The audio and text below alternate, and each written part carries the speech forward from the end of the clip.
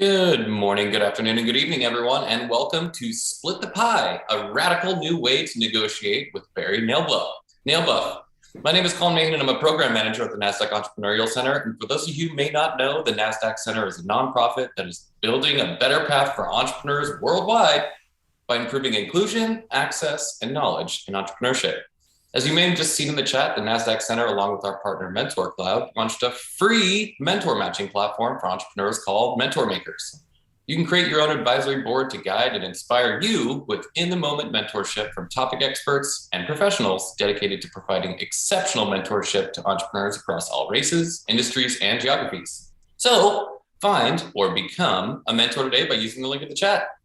Mentorship matters to all entrepreneurs. Their success is dependent on it. Quick housekeeping item, we're going to open up for live Q&A at the end of the event, so please submit those questions in the Q&A function at the bottom of your screen throughout the presentation. Hope to get to them all. Now, none of what we do here at the center could be possible without all the amazing support from our sponsors, including Nasdaq, Lehigh University, Bank of the West, KPMG, Wilson Sonsini, Woodruff Sawyer, and BPM. We're grateful and humbled by their contributions.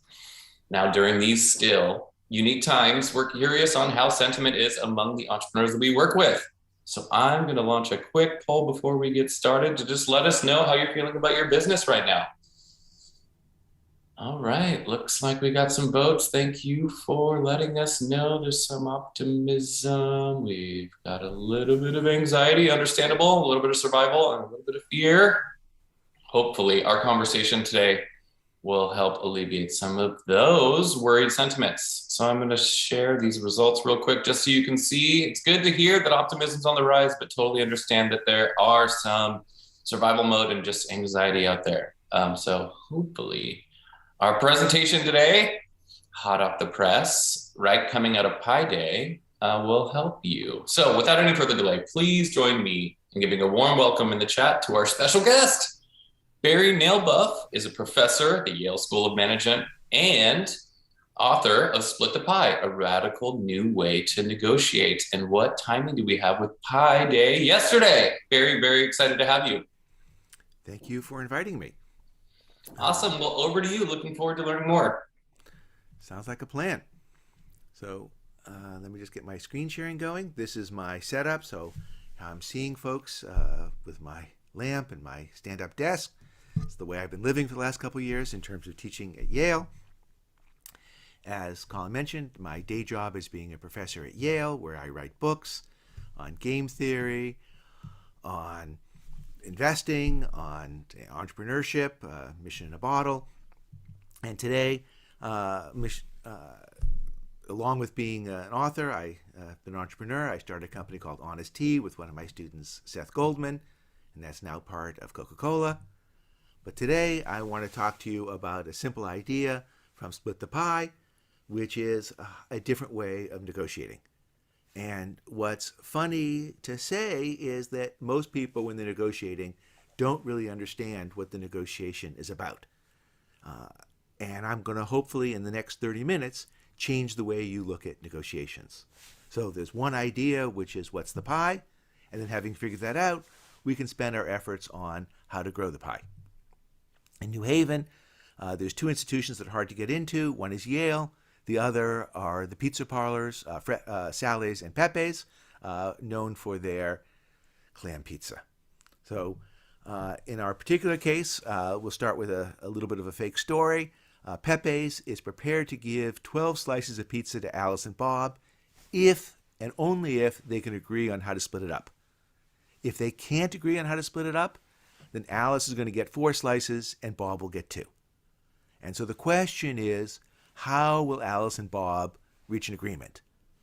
Now, there are different views of what might happen.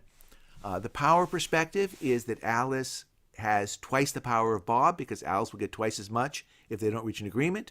So Alice will get 4, Bob will get 2, suggesting Alice should get 8 and Bob should get 4. Alternatively, the fairness view is just take the 12 slices and divide them 6 and 6. And I think both of these perspectives are misguided, that it is not really that Alice has more power than Bob in the negotiation when you correctly understand what you're negotiating over. And the fairness perspective misunderstands what's really fair because it ignores the fact that Alice can get more than Bob without any deal. So what's really going on is the negotiation is not over the 12 slices, it's over the additional 6 slices that can be created by reaching agreement. So absent agreement, Alice and Bob can get 4 plus 2 or 6 slices. With an agreement, they can get 12. Those extra 6 slices are why they're having this negotiation. If Alice walks away, they're lost. If Bob walks away, they're lost. Thus, they should divide the 6, 3 and 3, which means Alice should get 4 plus 3 or 7, and Bob should get 2 plus 3 or 5. Now, that idea, which I hope you'll agree is perhaps obvious in hindsight, is behind everything we do in this book. And it's going to be tricky to figure out how to apply it to different circumstances, and that's what we'll talk about. But it's one idea, and it'll change what you think about power and fairness in negotiation. So here's a chance for you to apply it and see what you think. We have Anju and Bharat, who can each buy a CD on their own. Anju has $5,000, and she can earn 1% on her $5,000 or make $50. Bharat has $20,000 to invest. He can get 2% since it's a larger amount. Therefore, he can make $400 in interest. Anju and Bharat, if they combine their resources, have $25,000 to invest. That will earn 3% or $750. And so my question to you is, how should that $750 be divided between the two of them? And at this point, Colin, we should put up the poll and see what people think. Now, I'm not able to see the responses as they're coming in, but if you want to share with me what people are doing, I'm happy to hear.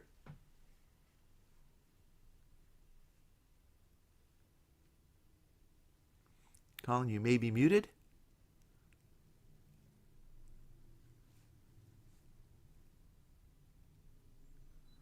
Do we have enough responses that we can show what's happened? Looks that way. Yes. Okay, so the most common answer looks to be somewhere between 150 and 200. A lot of people think that Anju will even get less than 150.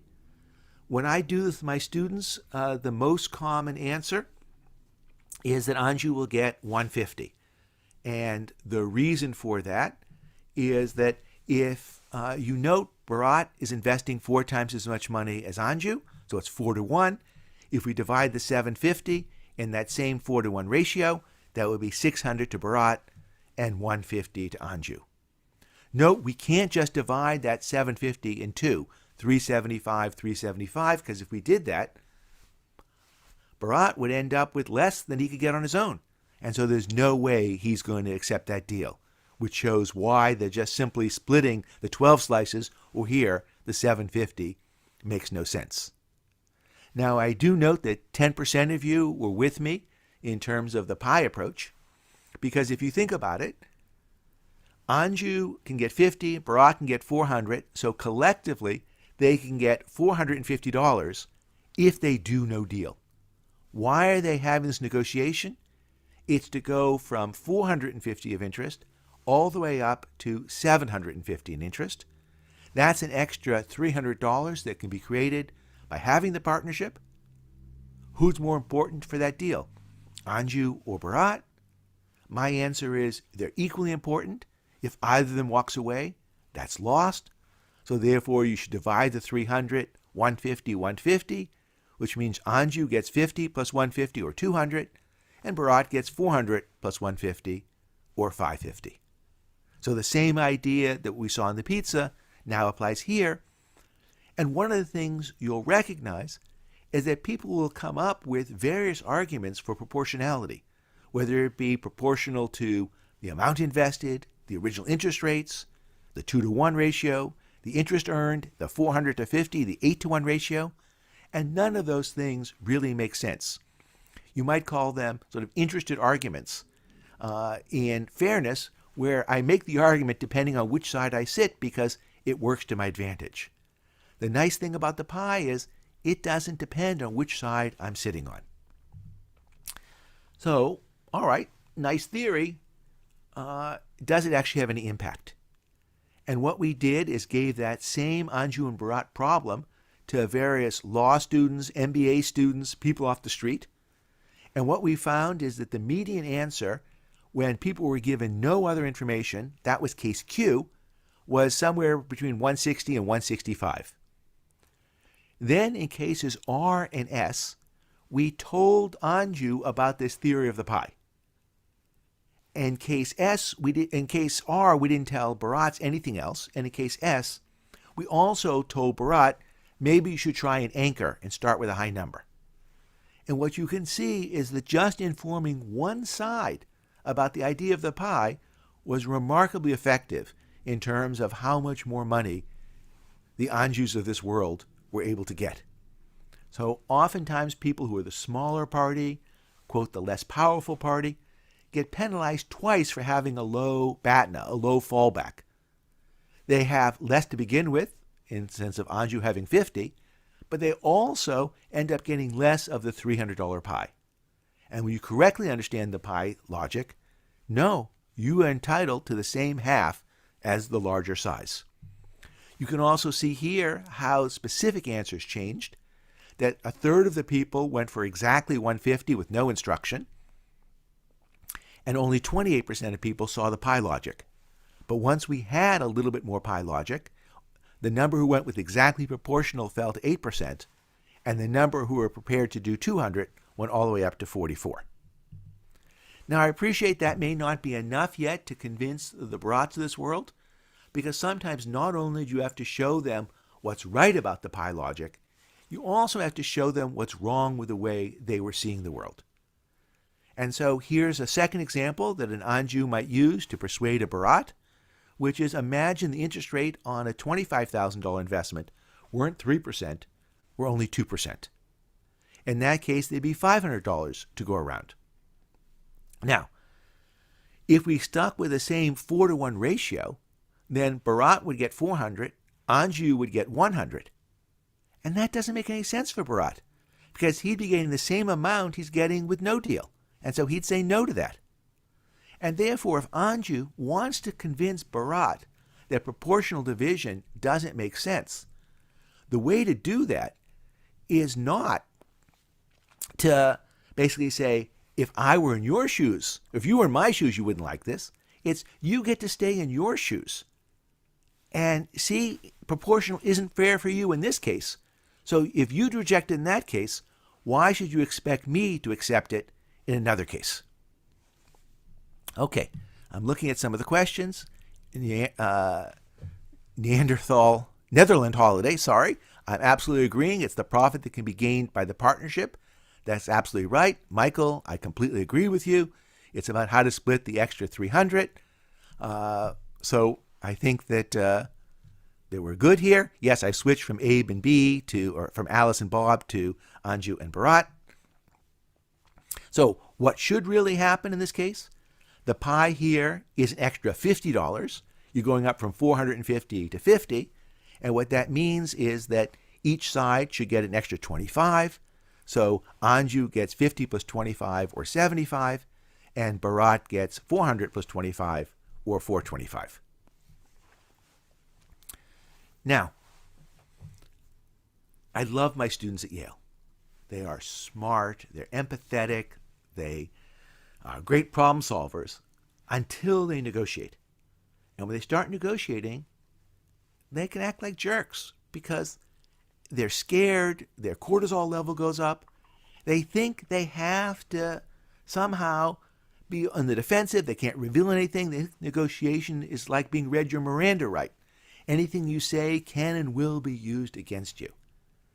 And what I'm telling you is that if you can frame negotiations in terms of the pie, you don't have to act like a jerk in order to be successful in a negotiation. You can turn to your problem-solving skills. I want to take you back to the 1970s. There was a famous experiment done by Ellen Langer and her colleagues at Harvard in which she asked a graduate student to jump in line and make copies. And in those days, copying machines were a lot slower than they were today. And there were three different cases. In case A, the student said, I'd like to make 5 copies. In case B, the person said, I'd like to use the machine so I can make 5 copies. And in case C, it was, I'd like to use the machine to make 5 copies because I'm in a hurry. So A was no reason. B was a bogus reason, because why else are you going to use the copy machine other than to make copies? And C was a little bit of a reason. I'm in a rush. Now, it turns out that with no reason, 60% of the people said it's okay. With a bogus reason, 93%, and with a real reason, 94%. And people took away from that experiment that asking with a reason, no matter how good or bad it was necessary to be successful. What people forgot about was the second half of the experiment, in which she had people wanting to make 20 copies. And when they did the 20 copy approach, it turns out that the success rate went down to 24%. And if you use the bogus reason, I want to use the machine to make copies, it was no better than no reason, also 24%.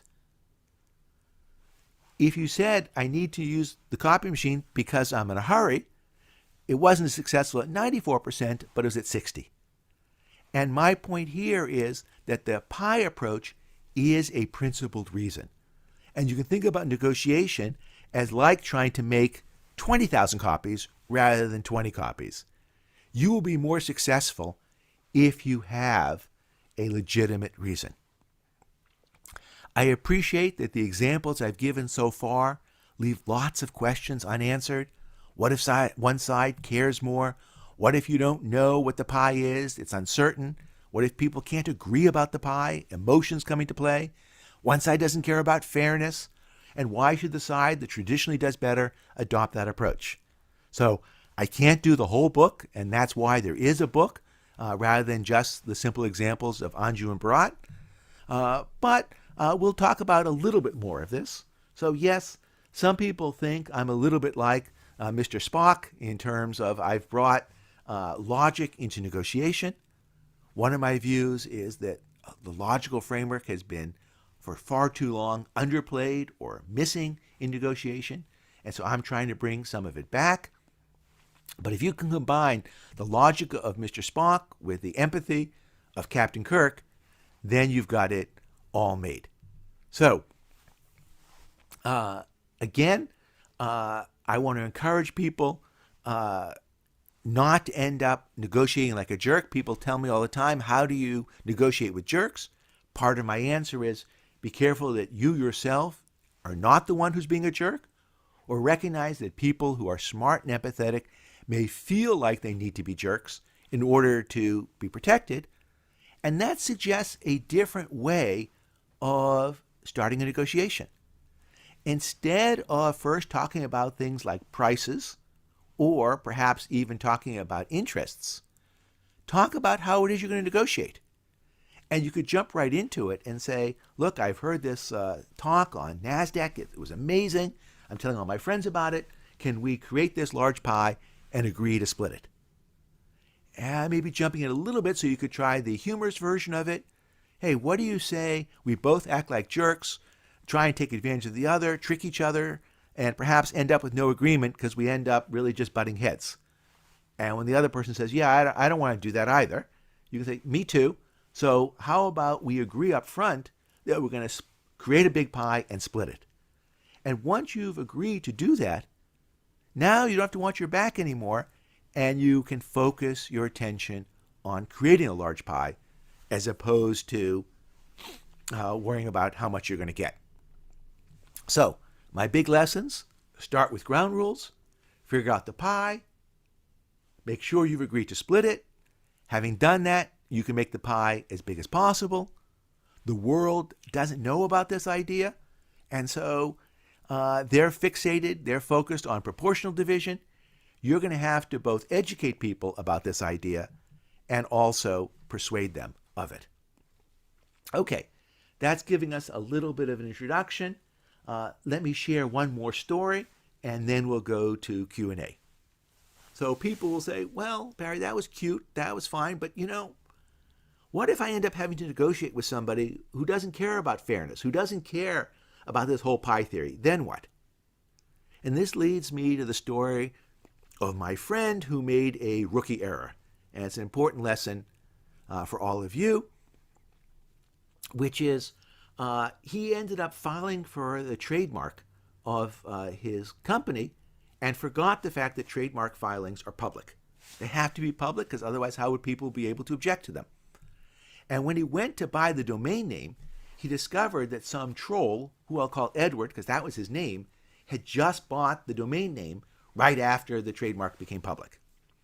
And Edward wrote to him and said, hey, for $2,500, I'll sell you back the domain name that you probably want. Now, my friend was an idiot, but he wasn't stupid. He did a little bit more research and discovered there's an organization called ICANN, which is the domain registry, and they have a dispute resolution process. For $1,300, they'll figure out who is the right party to own the domain, and what Edward had done is called registration in bad faith. And so at the end of the day, if my friend paid the $1,300 to ICANN, he would get the domain name back. So he writes back to Edward saying, look, your $2,500, that's what they call anchoring, if you like. You're trying to soften me up, but that ain't going to work because for $1,300, I can get it back from ICANN and you'll end up with zero. And Edward, because he's experienced in this, knows that's right, and so writes back saying, okay, $1,100. At this point, my friend explains what the pie is. He says, well, look, this thing might be worth $10,000 to me, but there's no reason for me to pay $10,000. Why are we having this negotiation? I'm going to end up with a domain name no matter what happens, because either you're going to sell it to me or ICANN is going to give it back to me. The reason we're having this negotiation is to save the $1,300 from ICANN. I can't save that without your agreement, but you can't get any of it without my agreeing to pay you. So we're equally necessary. Therefore, I think we should split it 650-650. At this point, Edward says, look, 900. He's trying to go halfway again, halfway between 1,100 and 650. And my friend says, look, that's not right. 900 basically means you're up 900 because you'd get nothing if we have no deal. I'm only up 400, right? Because 900 is 400 better than paying 1,300. That doesn't reflect our equal power. You need me just as much as I need you. You're risking 900. So, no. And a week later, Edward writes back saying, okay, 650. So, what are the lessons here? Does Edward care about power or fairness? Absolutely not. He's a troll. But my friend does. And so Edward realizes that if he wants to get anything, he has to come and meet my friend where he is. Because, as we go back to the Xerox machine, a principle beats arbitrary. My friend had laid out the pie. Edward had just been throwing numbers against the wall to see what sticks. Second point is, people often tell you in negotiation, what you should do is anchor and start with a high number. But I think Edward got sunk by his own anchor, because when he's starting out at 2,500, then he has to move down to 1,100 and then 900. And he shows that basically nothing he says has any meaning. And so he's going to keep moving, whereas my friend basically has a legitimate idea, a principled idea, a fair idea, has laid it out, and has no reason to move. In fact, were he to move from 650 to 700, I think that'd be terrible because then he's demonstrating he doesn't care about his principle anymore. And so he's off in arbitrary land as well. The last lesson from this example is buy the domain name before you go and register the trademark. Because as you've guessed, that friend was me, and I've learned that lesson the hard way, and hopefully you won't either. You won't have that same problem yourself. So, Colin, I think it's good for us to turn over to the audience. They've had some examples of the pie in action, what the theory is, how to apply it. Let's see what we got. Awesome. Well, we got some great questions. And first of all, thank you, Barry. That was a great overview with examples. before we jump into Q&A, as you think about what you want to ask Barry, we're asked that you take a little poll that will help us map out the programming that we're going to target over the next couple months. So take a moment, answer this poll, drop those questions in the Q&A box. If you have a bleeding one and you'd like to ask Barry live, raise your hand and we'll see if we can get to some of those. So I'm going to end this poll, share those results. Look like finances is the top of the key, which is a topic we're speaking about today, negotiation. So no surprise there. All right, Barry, let's jump right in. So I can see the questions from David, Nancy, Melissa, and the like. So I'm happy just to respond to those if that's how you want to do it. Yep. So some people radiate competitiveness or jerkness by body language and immediately put people on edge in a competitive negotiation setting. Then those first sorts of people experience only competitive negotiations and are trapped into thinking that the world consists of only very competitive negotiations. What can be done to illuminate the grass is greener when co-opetition and pie growing are explored? Yeah, so Colin, we got to teach you here. Co-opetition, thank you, David, for mentioning one of my other books, Co-opetition or Coopetition if you're in Boston. One of the things I'd like to say is that's a reason for talking up front about how you're going to negotiate, because by the time you've been throwing numbers back and forth, you're mad at each other, you're losing patience, you stop having trust. And so if you can agree up front on how you're going to negotiate, then there's less opportunity for this person to have their jerkiness appear. Something else that's connected to this is people think a negotiation over dollars alone is a zero-sum negotiation, because if I get more, you have to get less. But actually, even zero-sum negotiations aren't zero-sum, because if you don't reach an agreement, you both get nothing. And so coming up with a fair way of dividing the pie actually makes sure that you do reach an agreement, and therefore make sure there's something to divide. So zero-sum negotiations can be negative-sum when you don't have an agreement at all. And a lot of people turn down deals that would have made them better than nothing because they don't think it's fair. And sometimes they don't have the vocabulary, the experience, or the perspective on which to explain why something isn't fair. But they feel in their bones it isn't fair. They see the proportional result doesn't feel right to them. And so explaining the negotiation terms of the pie can help resolve that. I love that. And similar along the same lines, any words of advice when you find yourself in business situations with people at the extreme of not caring for fairness? Yeah, so perhaps a certain ex-president of ours or a certain leader of Russia. One of the things is that I'd like to know who those people are up front, as opposed to later on in the negotiation. So I want to give people the chance to demonstrate that they're not of that type. If their whole view is, in order for me to succeed, you have to fail, I'm going to do everything I can not to negotiate with those folks, find some other alternative, or I'm going to try and educate them on why that's a losing approach to negotiation. Because let's be clear, let's go back to Edward. In the end of the day, does he care about fairness? No. But if he understands that I do, and that he's not going to reach a deal with me unless I consider it fair, then that's an ultimatum I'm prepared to make.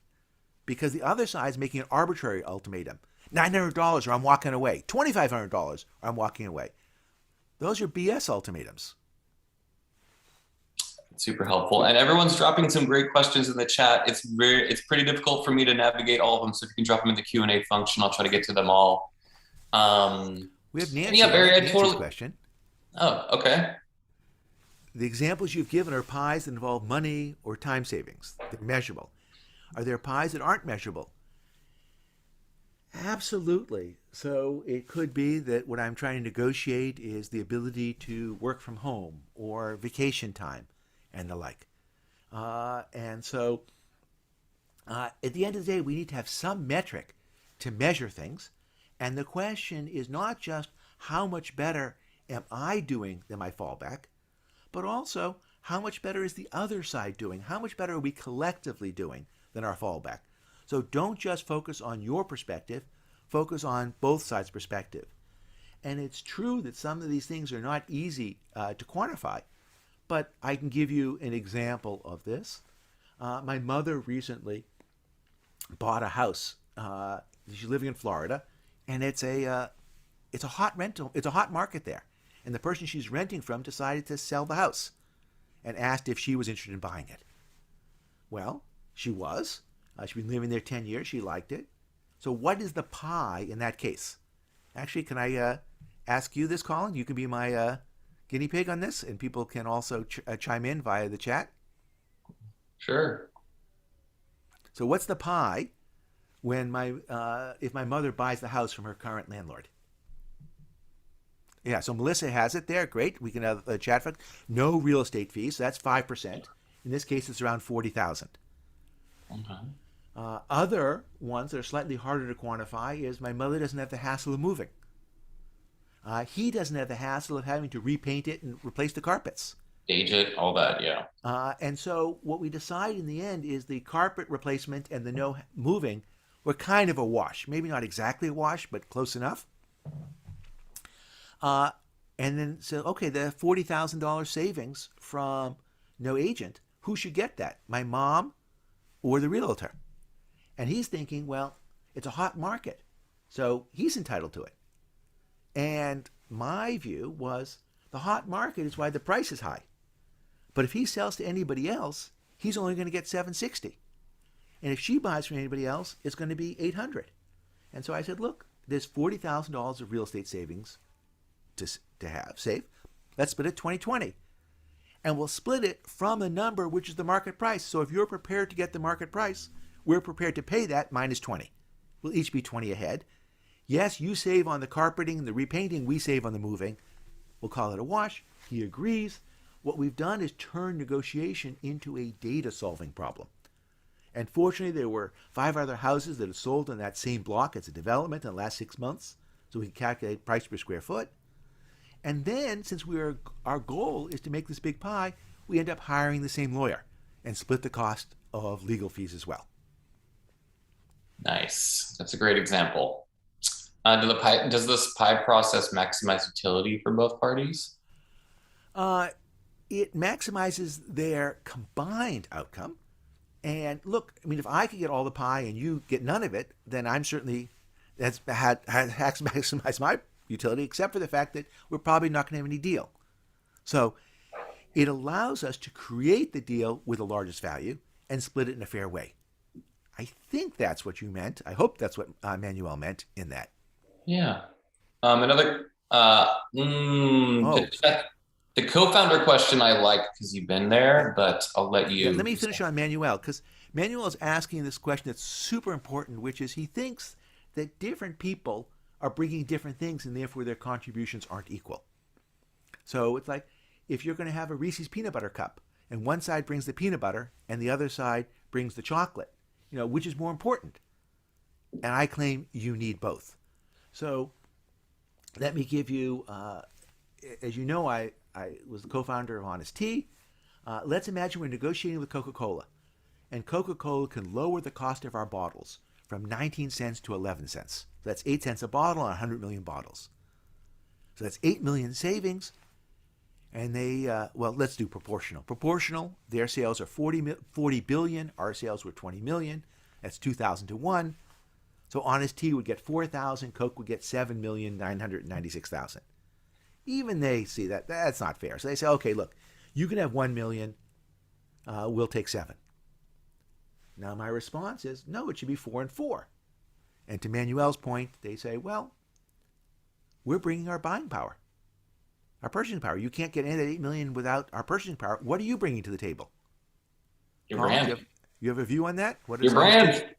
Your brand. So the sarcastic answer is we're bringing our inefficiencies, because your purchasing power isn't worth anything without our inefficiencies. But the correct answer is all of our customers, because essentially without the people drinking those 100 million bottles of lightly sweetened organic tea, there aren't any savings to happen. So you need our customers, and we need your buying power to create that to happen. So Manuel says one side's bringing the capital and contacts, the other is bringing IP and execution. The truth is that if you have neither of them, you have nothing. And therefore the pie is equally reliant on both sides. All right. There was a question from Chris about the equity for early stage, if you wanted to address that one. Yeah, so, there are formulas on this. It's also a little bit more complicated in terms of, I've made this a two-person negotiation, but of course it's possible that you could have a third person come in. You could pick a co-founder later. So one of the things you have to ask, if there's A, B, and C, if you'd like, rather than just A and B, is if you don't reach an ABC agreement, will A and B go off on their own? Will A and C go off on their own? Will B and C go off on their own? So what's the value created by the three people compared to what will happen if there's no agreement? So I think that's chapter 14. What do you do in more complicated negotiations with multi-parties? So it's not always the case that everybody has equal power. Once you have more than two people, I will tell you in the case of Honest Tea that Seth and I were equal in the way we looked at things. And my job as chairman was to make him successful, because anything I could do to make him succeed would ultimately redound to my benefit. And so if we need to have somebody who is a bad person, a bad cop, if you like, let that be me, because they didn't have to like me. They did have to like Seth. And you also, of course, in those same arguments, want people who are not clones of each other, but who bring complementary skills, who round out what the other person doesn't have. Too often, I think people are looking for folks who are much like them as opposed to people who can complement them. Yeah. And it's like a marriage, similar to taking investment from anybody. So it's not an easy cut and dry answer. Often reputation of one or both parties is considered an asset or asset evaluation. Thoughts on approaching such using the pie negotiations? Yeah, so let me start, Indra, with this idea of actually reputation in negotiation. That there's sort of a reputation you can have for doing deals fairly, or a reputation you can have for being a jerk, or a reputation you can have for being taken advantage of. And my view is that most people don't want to have a reputation of being soft or being taken advantage of, that they can. And so that's an argument actually for why I want to split the pie, because I want people to understand that I don't want to be taken advantage of, but I also am prepared to do deals quickly and fairly. Now, there may be some folks out there like Putin who want to have a reputation for not actually doing things fairly, and that's a challenge. I'm hoping to spend my life not negotiating with folks like them. In terms of your larger question, the value of reputation, that's part of what you're bringing to the table.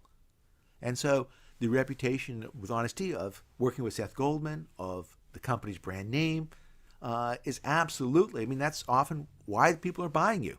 And so understand that there's an acquisition, acqui-hire, value of the brand. And so, yes, all of those things are factoring in to the pie that's being created.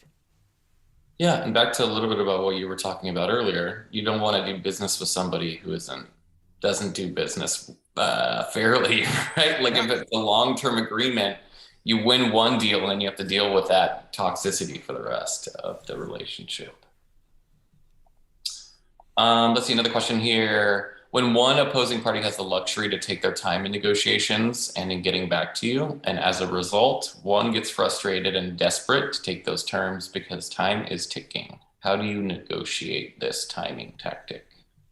Yeah, so this is related to another question, which is how much to reveal in a negotiation. And a lot of times people think that they should keep everything hidden. And let me give you an example of that, if you'd like. Alice and Bob are negotiating, and their deadline is Friday at 5. But Bob has a secret deadline of Wednesday at 5. Should Bob tell Alice about that secret deadline? What do you think, Colin? I think being transparent is helpful. I like that. Okay. But is that going to put Bob in a weaker position or not? It's a is it a Bob set deadline or is it a It's an company set external deadline? deadline for some reason Bob has and that Alice doesn't know about. Mm, I'd say, yeah, tell them. Okay. But I don't know. It seems like you're making the argument that he doesn't, or he has less power by telling them about the deadline. Yeah. So actually, my view is that Alice's deadline is Bob's deadline. If they don't reach a deal by Wednesday at 5, Alice isn't going to get a deal either. Just Alice doesn't know it. And so what's going to happen is that Wednesday at 4, Bob's going to start getting nervous and Alice is going to be calm. But actually, No. Alice would do better to know that her deadline is Wednesday at 5. And what's connected to this question is that if you really do have a deadline, you know, let the person know it because otherwise, their your deadline is their deadline. The problem is when you don't have a deadline and they're essentially trying to get a free option and just learn more about your business, get another quarter of numbers, see how many other people are investing. So one of the tricks, if you like, that I've done in those cases is let's say I want to raise $1,000,000. What I do is my term sheet is for $500,000, but the term sheet also allows me to double the size of the round if there's excess demand. And then when I get up to 350,000, I can tell people, look, I've got 70% of my funding, and this round's about to close. Now, in fact, actually, I'm hoping to get 1,000,000, but when I tell people I'm 70% full and there's only 150 left, you'd be amazed by how fast people send in their checks, and that's how we get up to 1,000,000. The other thing I do is that if I could raise 1.5 million, I only raise 1,000,000. And I want everybody to be cut back 20, 30%. Because next time I do a round, I say, look, if you don't put your money in now, you're going to get cut back. And basically train them that they can't end up delaying. I think the first one I am blown away by, and I really respect and appreciate. So I love that.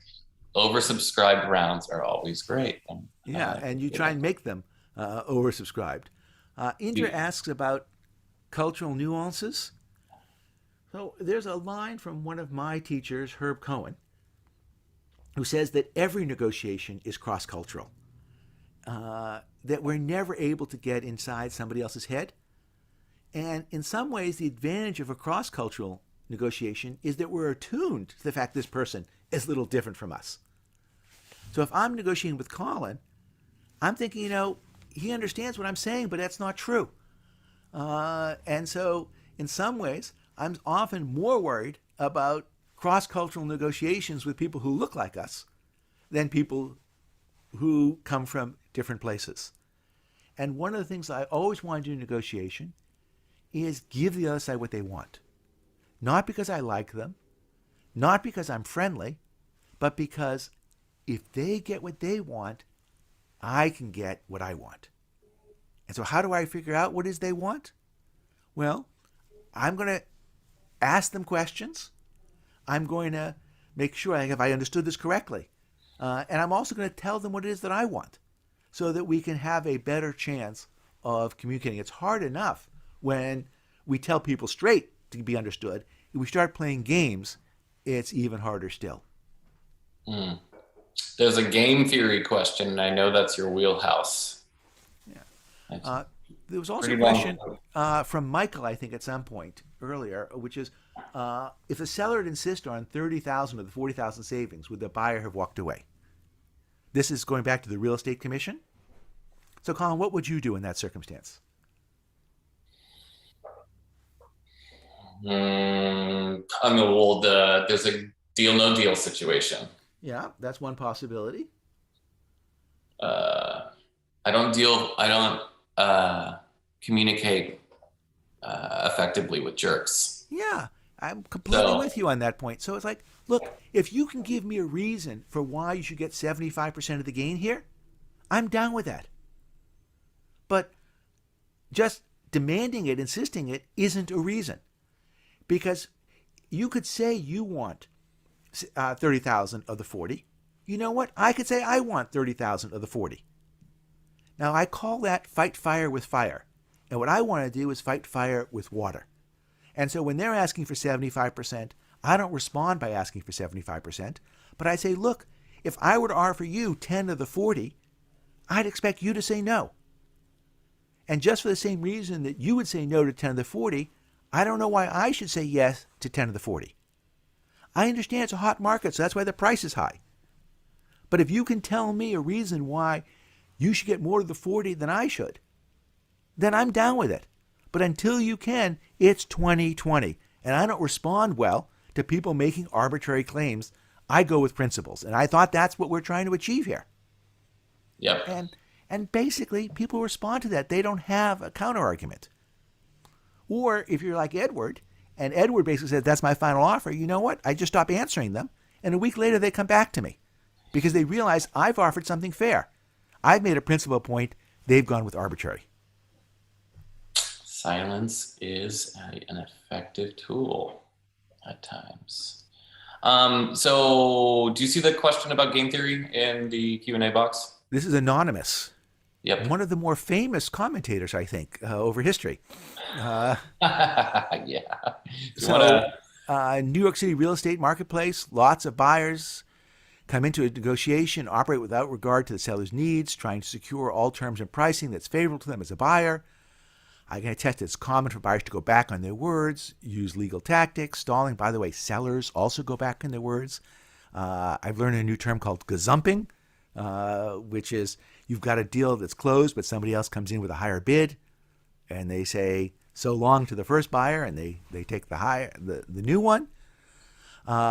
They try to negotiate the agreed amount at the closing table. As sellers in these kind of situations, we say it's wise to begin a conversation with warnings. I think I would phrase it in the positive, which is I'm expecting that all of these things are going to go in the following way. And part of another lesson, if you like, that goes with this is the yes if rather than the no unless. So essentially, here are the terms.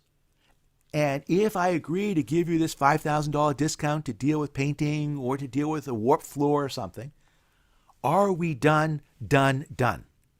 By done, I mean there is nothing else you will ever ask for. There is no change they were planning to. So people are often afraid of getting that sort of potential conflict out in the open. But actually by getting it out there and resolving it, and then it's like, do you remember that conversation we said done? Yeah, well, I'm remembering it too. In fact, and that's why I'm not prepared to change anything today. So I think it's fine to really be explicit at the time you're reaching an agreement regarding what the agreement is over. It sounds like your Coca-Cola example sparked some thoughts. So back to the example, suppose Coca-Cola says, we need your customers, but your contribution doesn't account for 50%. It's more like 20. How would you respond? Then I'd say we've measured the pie incorrectly. That the pie is the thing which we're both needed to do. And in fact, the way we structured the acquisition was that they ended up buying the company 3 years after we started our negotiation. And we agreed that during that time, they'd help us with production, with distribution, with purchasing, including those cheaper bottles. And what we said is, we think we can get to X without your help. We recognize that if we get above X, we couldn't have done it without you, but you couldn't have done it without us to be the person to help. And then there's a problem because they're sitting there helping us with production, distribution. Like, we're helping you. We don't want to pay more for the stuff we're helping you with. And my response is, well, you need somebody to help. And essentially, the reason we're doing this deal is to get sales above X. Because if all we do is X, there was no point in doing this deal. And so, essentially, you should pay full price on X. Anything above X, we split. We agreed on that framework in the first hour. Now, we had a fight, if you'd like, about what X was, and we had a fight about what full price is. But again, just like my mother's real estate deal, those are data-driven questions. What are the comparables? What are the other deals out there? What are your growth? What do your sales look like? Yeah, that's, I think, a very good point. Let's see. Some great questions coming in. We still have time, so drop them in the Q&A box as they come up. Want to do Jennifer? The Jennifer one I like. So, do you believe in sharing the pie negotiation? Whoever mentions numbers first loses. When the parties both hold back on mentioning numbers, is there a great way to get everything on the table to share it in a win-win? So it's not the case, by the way, that whoever mentions numbers first loses. Go back to the case with negotiating with Edward over the domain name. In fact, all the numbers are out there on the table. People say you shouldn't reveal your BATNA, in this case paying $1,300. But remember, even though he knew my BATNA was paying $1,300, I'm not taking $1,299. I'm not taking $1,200. I'm not taking $1,100. And so, yeah, you're in trouble revealing your BATNA if you allow people to push you to it. But if your goal and your principle is to split the pie, you're a whole lot safer position. In terms of who's revealing numbers, I was in a negotiation helping my local airport negotiate with a leasing company. And part of the problem was we didn't know what we were doing. I'd never leased an airport before, but these people, they had leased lots of airports. So I said, great, we need to see your spreadsheet. I want to look at your numbers. It's like, yeah, because you know what? I have to go to the mayor and explain why this is a reasonable deal. And I'm not against you making money. I want you to make money because I want our airport to be successful, in which case you make money. But I have to explain what the pie is and how we're dividing it up. And so, essentially, rather than me just throwing a number out there, let me understand how one does this modeling, and we can go over it. And let me understand what the assumptions are, and let me understand how this compares to other cases. So it's not even just throwing out numbers. It's also where are the numbers coming from? And you can even ask sometimes the other side to share their modeling with you. Now, if somebody's asking you a wage question in terms of what's the right salary here, that's a trickier one. And sometimes the right answer is, look, you hire lots of people. You know what the market wage is. I'm prepared to work at market wage. Give me the data that you have, and I'm prepared to explain why I'm either better than the median or not better than the median. So, yeah, you do poorly if you throw out a number when you don't know anything at all about what the right number is to throw out. In that case, you can do something that's contingent. So imagine somebody offers you $1,000 for your grandfather's painting. You have no idea, is this painting worth $1,000, $2,000, $10,000, $100,000? The problem is it costs $1,000 to get it appraised. And so, spending the appraisal money means you end up with nothing. So one view is you say to the person, look, I don't know what this is worth. So you could just say $2,000. And maybe they'll say yes to it, in which case it could still be worth $100,000. Maybe you lose the $1,000 because you've overpriced it. Instead, I'd rather say, look, here's the deal. I'll sell it to you for $1,000, but if you resell it for more than 10, I want half the profit, above 10. Now, I'm perfectly prepared for this person to make some money in their business. But if it's a $100,000 painting, I'm not so prepared to do that. If they say no to that deal, what is it telling me? It's that this thing. You don't know the value. Yeah. they know the value. It means it's really potentially very high.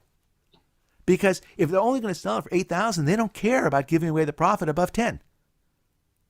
And so now what I say is maybe this is the time it is worth getting this painting appraised. So ask the question and come up with a way of splitting the pie contingent on what the pie is. That's great. You got to know how big the pie is before you can start cutting it. Yeah. So Bruce asked me about splitting the 650. If both walk away, does the startup not have more to lose? No. What does the startup have to lose? Colin, you know the answer to this. What does the startup lose? The opportunity. Anything. No, they don't. They just lose the $1,300 they're going to pay to ICANN. Because ICANN's going to give it to them. Yeah. So they're going to end up with the domain name no matter what. And ICANN's process is not that long. In fact, actually, you can go online and see Edward Kahn's experiences at ICANN. Not only does he lose, he knows he's going to lose. He doesn't even bother responding to the complaint because he knows that's just a waste of his time, which even makes it more likely that you're going to win, except it can't be more likely than 100%. If you're worried about the time it takes, it turns out this was still early stage, so they were still 6 months away from launch. And the whole ICANN thing can be resolved in a matter of weeks. Yeah, and for those of you concerned about domain names, the Tesla story is very interesting. They were Tesla Motors at first, and then they sent their nicest employee in front to the front yard of the gentleman who owned the domain name, and he sat there every day until they figured out a deal. It's very interesting. So domain name isn't as important in some scenarios, but yeah, there's ways. Oh, Bruce, we're at time, and we could do this Q&A all day. For those of you who didn't get your questions asked, check out the book. It's available for sale right after Pi Day. Barry, thank you so much for sharing so much of your wisdom and insights from your book today. I really appreciate it. And for all of you in attendance, really appreciate you joining us, and we look forward to hosting you all in the future. Barry, thanks again. Appreciate you inviting me. Thank you all for those great questions. And I want you to create large pies. Let me know how it all works. Take care. Awesome. Create those pies, check out the book, and we'll see you soon. Have a great week, everyone.